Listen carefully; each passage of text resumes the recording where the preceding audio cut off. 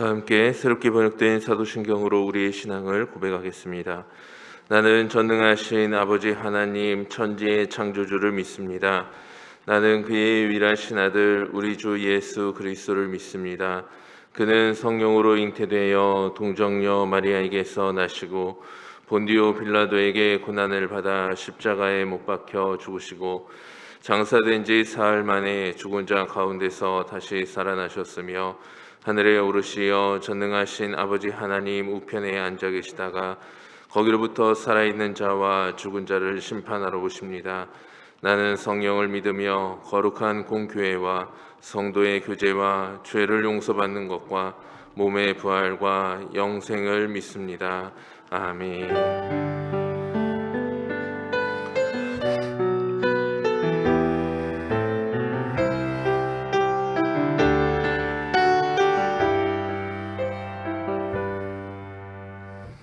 찬송 441장을 다 함께 고백합니다. 찬송가 441장입니다.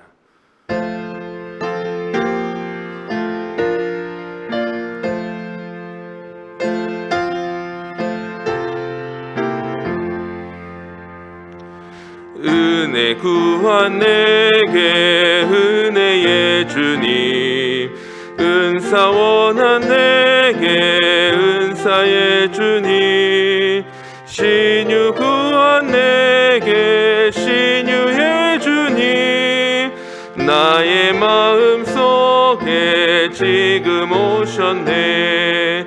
나의 생명 되는 내 주 예수님, 영원토록 모셔 내 기쁨 넘치네.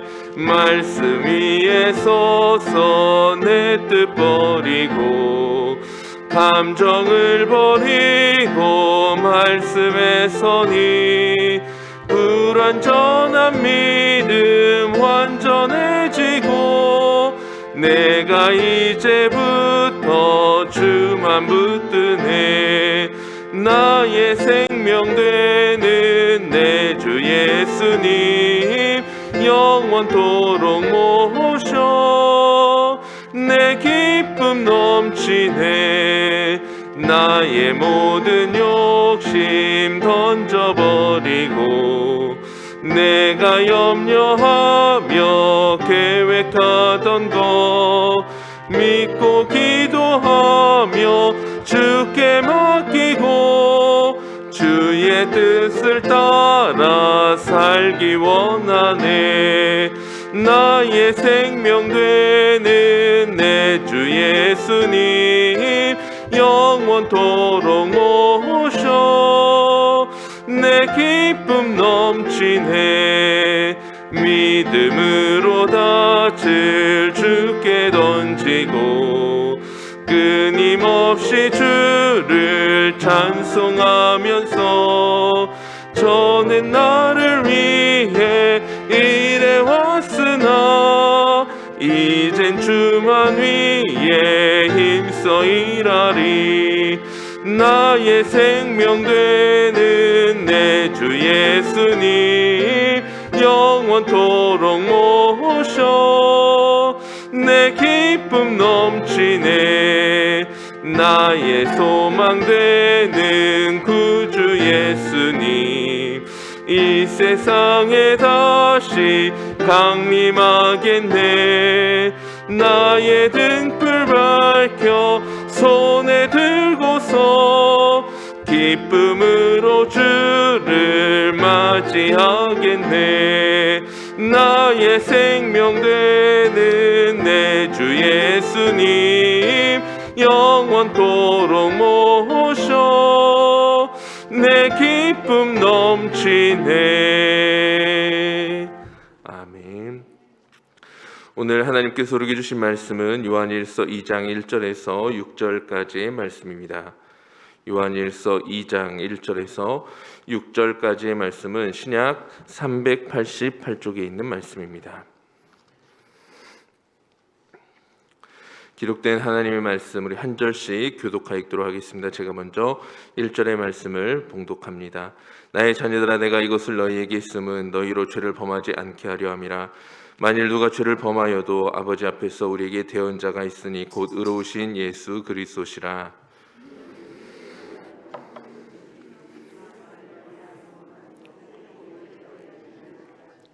우리가 그의 계명을 지키면 이로써 우리가 그를 아는 줄로 알 것이요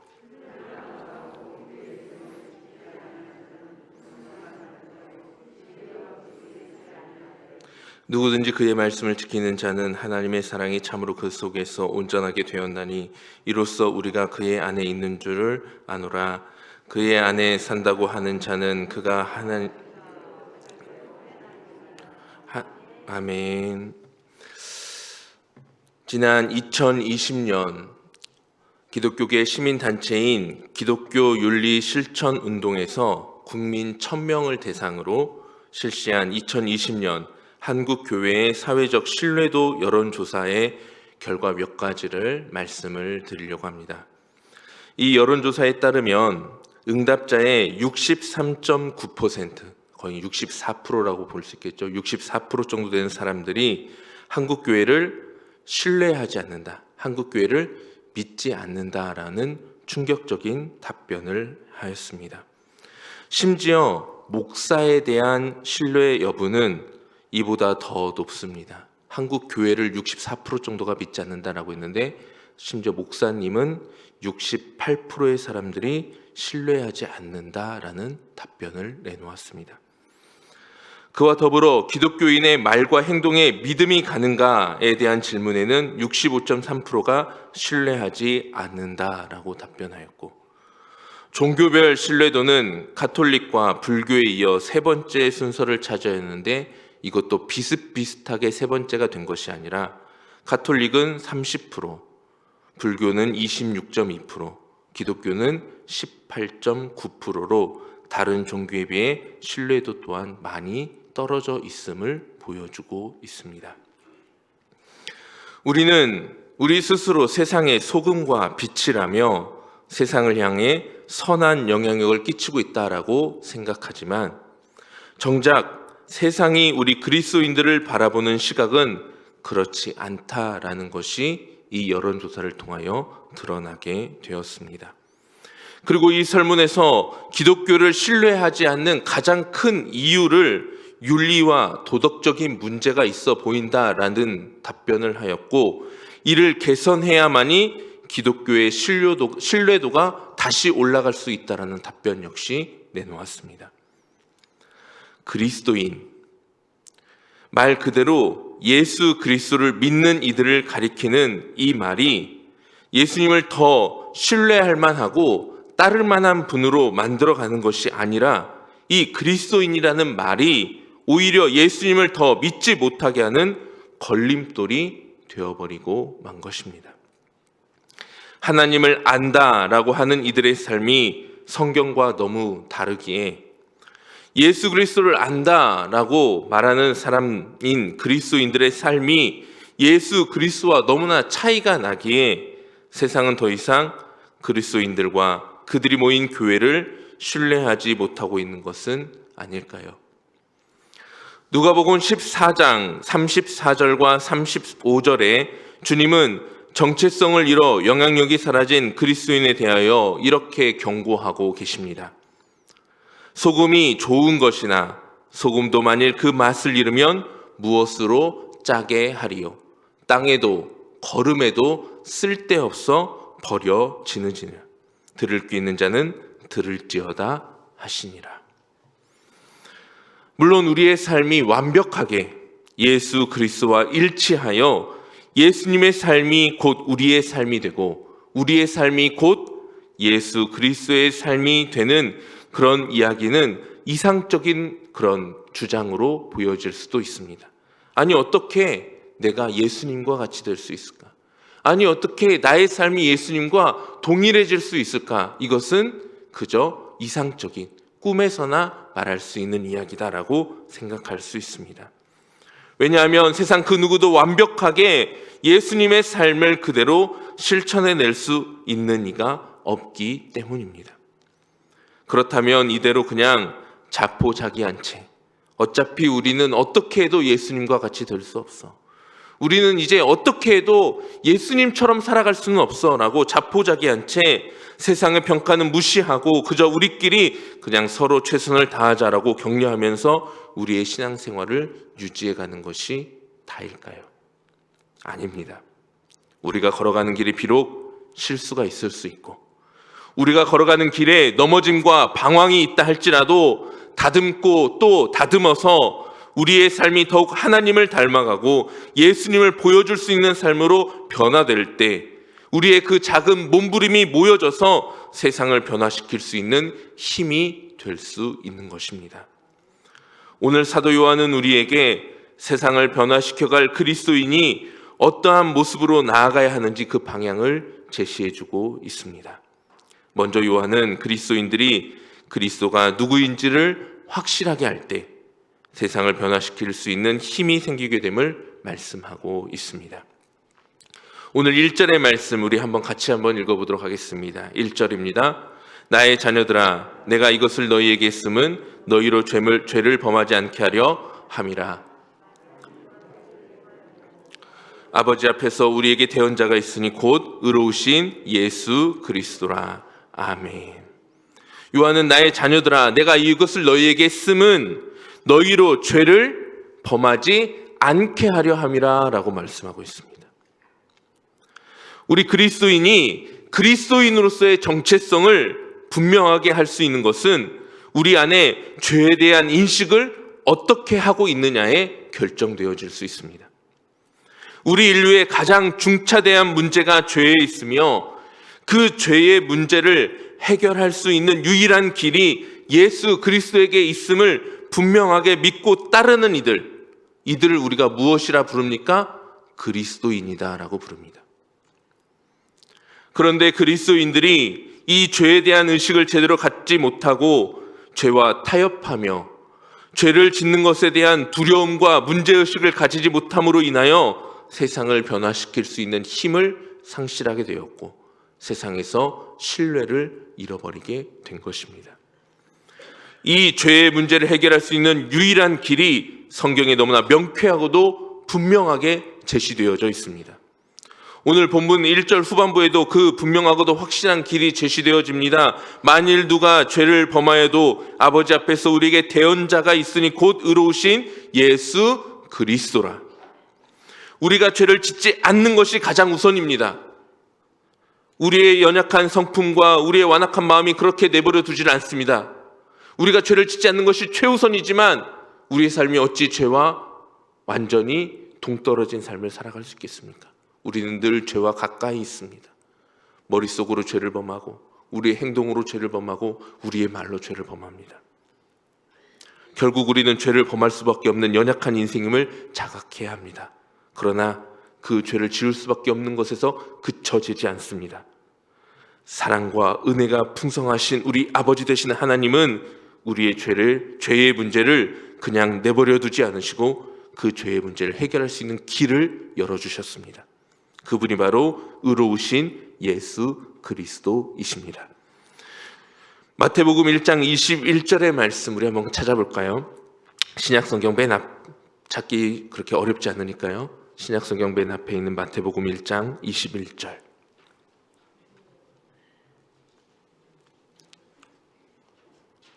네, 빨간색이 신약입니다. 신약 맨 앞 마태복음 1장 21절 한번 같이 읽어보도록 하겠습니다. 아들을 낳으리니 이름을 예수라 하라. 이는 그가 자기 백성을 그들의 죄에서 구원할 자이심이라 하니라. 아멘.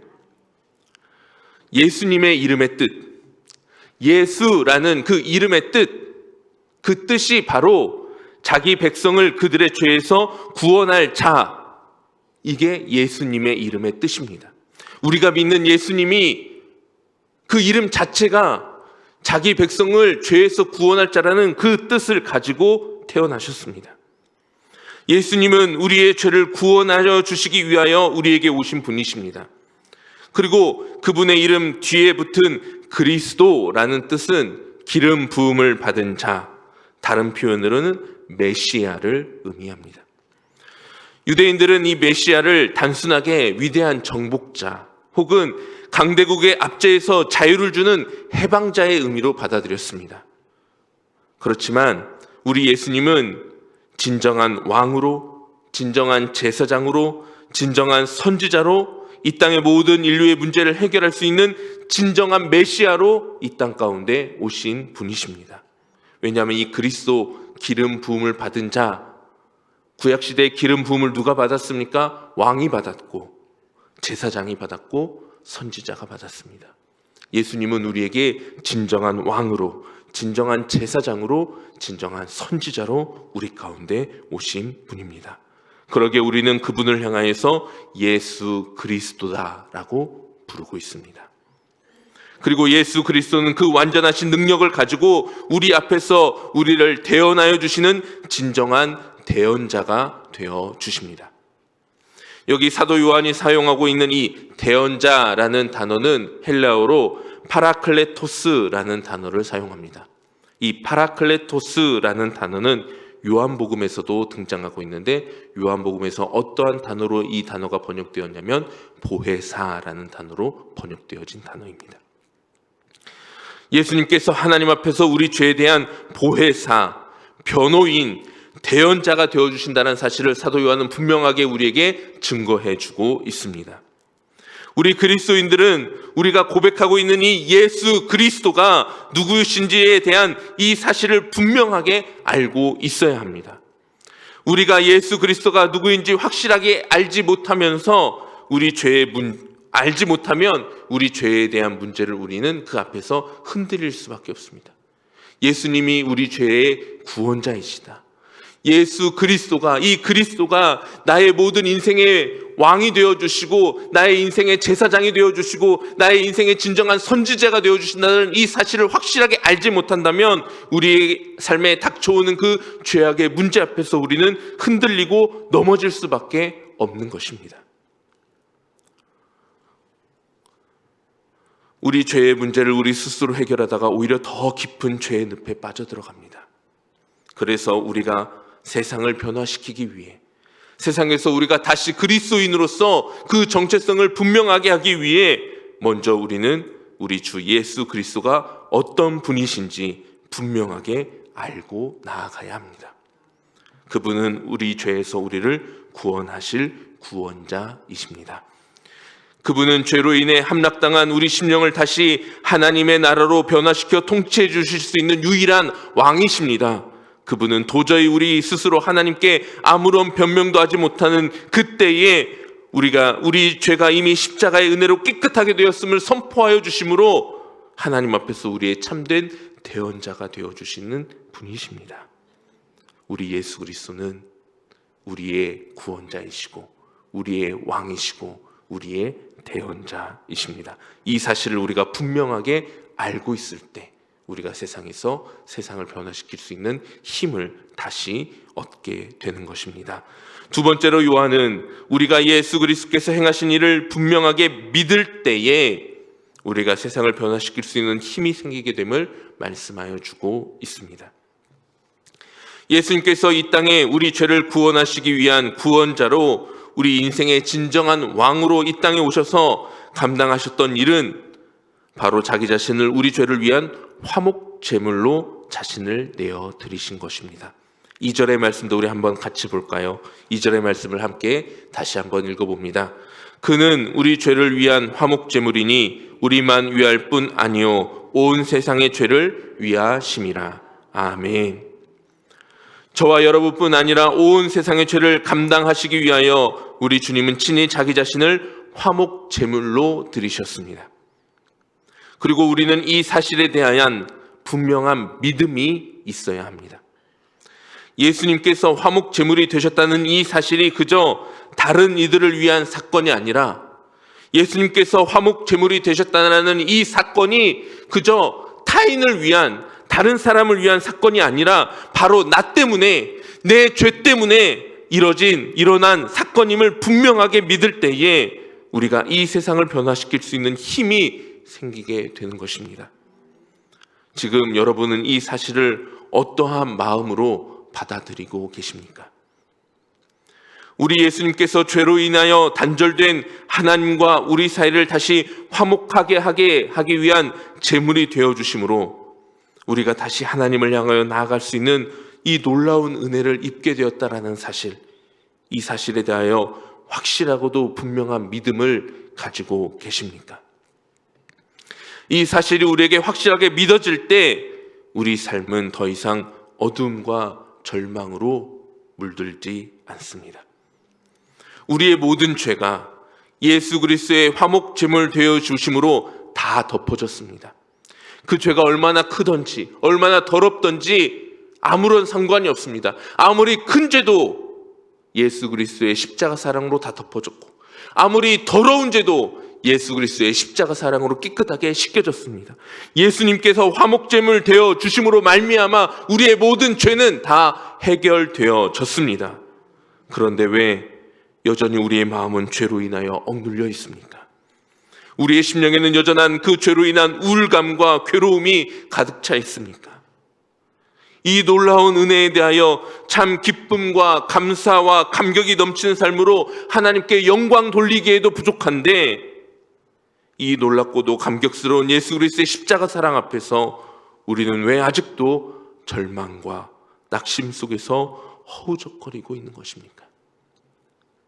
우리의 연약한 믿음이 우리가 여전히 죄 가운데 빠져 있다고 의심하게 만들고, 그 의심이 우리의 마음에 참된 기쁨과 구원의 감격을 다 사로잡아 가버리기 때문입니다. 그리스도인은 예수 그리스도께서 우리를 위해 화목제물이 되어주셨다는 이 놀라운 은혜에 대한 확실한 믿음이 있는 사람들입니다. 그리고 그 믿음을 가지고 세상을 변화시켜가는 사람들입니다. 오늘 저와 여러분의 이 믿음이 세상을 변화시키는 능력이 되기를 간절히 소망합니다. 마지막으로 요한은 우리가 예수 그리스도께서 우리에게 명하신 명령을 지키고 행할 때에 우리가 세상을 변화시킬 수 있는 힘이 생기게 됨을 말씀하고 있습니다. 3절에서 6절의 말씀에 이 행함에 대하여 자세하게 기록하고 있습니다. 우리가 한 번에 이 말씀을 읽지 않고 조금씩 나누어서 살펴보려고 하는데, 먼저 3절과 4절의 말씀을 우리 같이 한번 읽어보도록 하겠습니다. 3절에 4절 말씀을 함께 읽겠습니다. 우리가 그의 계명을 지키면 이로써 우리가 그를 아는 줄로 알 것이요, 그를 아노라 하고 그의 계명을 지키지 아니하면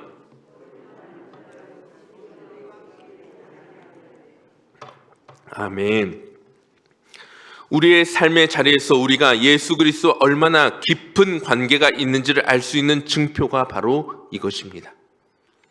우리가 그의 계명을 얼마나 지키기 위하여 몸부림을 치고 있는가, 우리가 주의 말씀을 지키기 위하여 얼마나 몸부림치며 살아가고 있는가, 그 말씀을 지키는 것에 얼마나 우리가 목숨을 걸고 살아가고 있는가, 이것이 우리가 그리스도와 얼마나 깊은 관계 속에서 살아가는지를 드러낼 수 있는 증표입니다. 우리가 예수님을 알고 믿는 이 사건이 단순한 지식적인 깨달음이 아닌 우리의 인생을 완전히 뒤엎어버린 대혁명적인 사건이라는 증거는 우리의 삶의 자리에서 우리가 하나님의 말씀에 순종하기 위해 얼마나 몸부림치고 있느냐에 따라 증명될 수 있는 것입니다. 예수님께서 그저 머릿속으로 혹은 입술로 고백되어지는 이론적인 구원자, 이론적인 통치자, 이론적인 대언자가 아니라 내 가슴 깊은 속에서, 내 가슴 깊은 곳에서부터 인정할 수밖에 없는 내 인생의 진짜 왕은 예수 그리스도 한 분뿐입니다. 내 인생의 진정한 구원자는 예수 그리스도 한 분뿐입니다. 나의 죄를 대속하실 수 있는 분, 나의 죄에 대하여 대언하여 주실 수 있는 분은 오직 예수님 한 분뿐입니다라는 그 진실된 고백, 그 고백이 이루어질 수 있는 방법은 내 인생이, 내 삶이 그분의 말씀에 순종하기 위해 얼마나 몸부림치고 있느냐에 따라 달라지는 것입니다. 심지어 요한은 그를 아노라 하고 그의 계명을 지키지 아니하는 자는 거짓말하는 자요, 진리가 그 속에 있지 아니한다라고까지 경고합니다. 진리가 그 속에 있지 않다. 제가 지난번 요한일서의 설교를 이어가면서 이 말씀을 드린 기억이 있습니다. 진리가 그 속에 있지 않다. 이 말은 예수님께서 그 마음속에 있지 않다라는 말입니다. 얼마나 무섭고 두려운 말씀입니까? 우리가 주님을 안다 말하면서, 우리가 주님을 믿는다 말하면서 우리의 행동 가운데서 그 말씀을 지키기 위한 몸부림이 없다면, 그 말씀에 순종하는 그러한 모습이 우리의 삶 가운데서 드러나지 않는다면 그 삶에는 예수님이 없다라고까지 경고하고 있는 것입니다. 우리가 예수님을 안다고 믿는다고, 그분의 말씀 믿는다고 하면서 그분의 말씀에 순종하지 않는 것, 우리 안에 예수님이 있다는 그 말이 거짓말이 될 수 있다는 것입니다. 사랑하는 성도님들, 그러므로 사도 요한의 5절의 말씀을 우리가 기억하고 마음속에 새겨야 합니다. 5절의 말씀을 우리 같이 한번 믿음을 담아 고백해 봅니다. 누구든지 그의 말씀을 지키는 자는 하나님의 사랑이 그 속에서 온전하게 되어 이로써 우리가 그의 안에 있는 줄을 아노라. 아멘. 여러분들께 다시 한번 이 질문을 드려봅니다. 여러분, 하나님을 사랑하십니까? 예수님을 사랑하십니까? 그렇다면 그의 말씀을 지키는 행함으로 그의 사랑이 우리 안에 온전하게 자리 잡혀 있음을 우리의 삶을 통하여 보여줄 수 있어야 합니다. 우리가 예수 그리스도의 말씀을 지키기 위해 몸부림치는 그 행함이 우리 삶에 드러날 때에 세상을 변화시킬 수 있는 힘이 비로소 우리에게 나타나게 되는 것입니다. 6절의 말씀도 우리 한번 다시 같이 읽어볼까요? 6절의 말씀, 그의 안에 산다고 하는 자는 그가 행하시는 대로 자기도 행할지니라. 아멘. 예수 그리스도께서 행하시는 대로 우리도 행할 때에 세상이 우리가 예수 그리스도 안에 있는 이들임을 알게 되고, 그 모습을 통하여 이 땅에 예수 그리스도의 구원의 역사와 십자가의 사랑이 분명하고도 확실하게 보여질 수 있게 됩니다. 우리는 그리스도인입니다. 그리스도인은 그리스도를 알고 그리스도를 믿고 그리스도의 말씀에 순종함으로 그리스도를 세상에 보여주는 사람들입니다. 그런데 서론에서 말씀드렸던 여론조사의 결과를 보면 우리 그리스도인들이 예수 그리스도를 이 세상에 잘 보여주지 못하고 있는 것 같아 마음이 무겁습니다. 얼마나 우리가 그리스도인임을 잘 보여주지 못하면 세상에 더 이상 교회를, 그리스도인을 믿을 만한 존재가 아니다라고 말하고 있을까요? 다시 우리 그리스도인의 참된 믿음과 사명과 그리고 정체성을 세상에 잘 보이고 전달해야 할 때입니다. 다시 회복할 때입니다. 왜냐하면 그 믿음을 회복해야 우리 주 예수 그리스도에 대한 믿음이 세상에서 다시 회복될 수 있기 때문입니다.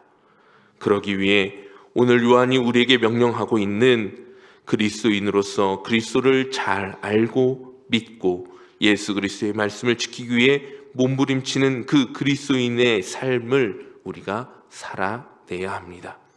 다시 한번 말씀드립니다. 우리는 그리스도인입니다. 세상과 구별된 예수 그리스도의 제자입니다.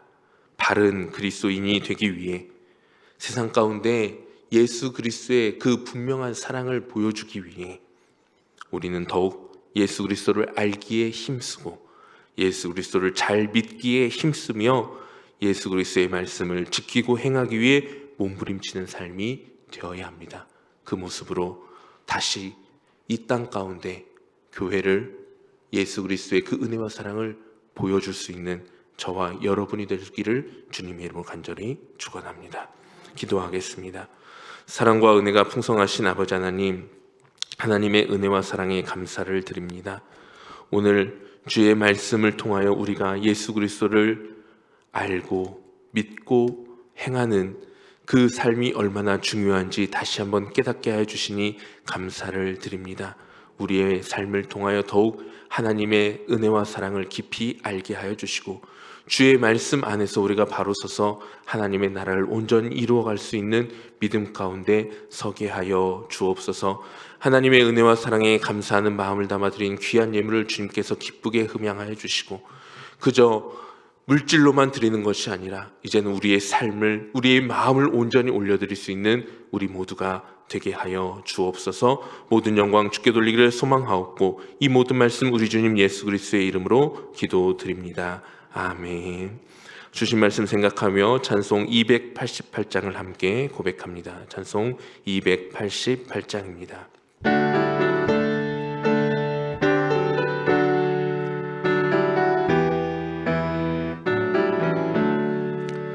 예수를 나의 구주 삼고 성령과 피로써 거듭나니 이 세상에서 내 영혼이 하늘의 영광 누리도다.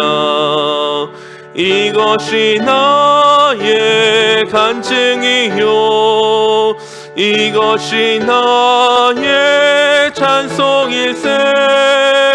나 사는 동안 끊임없이 구주를 찬송하리로다. 온전히 주께 맡긴 내 영 사랑의 음성을 듣는 중에 천사들 왕래하는 것과 하늘의 영광 보리로다. 이것이 나의 간증이요 이것이 나의 찬송일세. 나 사는 동안 끊임없이 구주를 찬송하리로다. 주 안에 기쁨 누림으로 마음의 풍랑이 잔잔하니 세상과 나는 간 곳 없고 구속한 주만 보이도다. 이것이 나의 간증이요 이것이 나의 찬송일세. 나 사는 동안 끊임없이 구주를 찬송하리로다.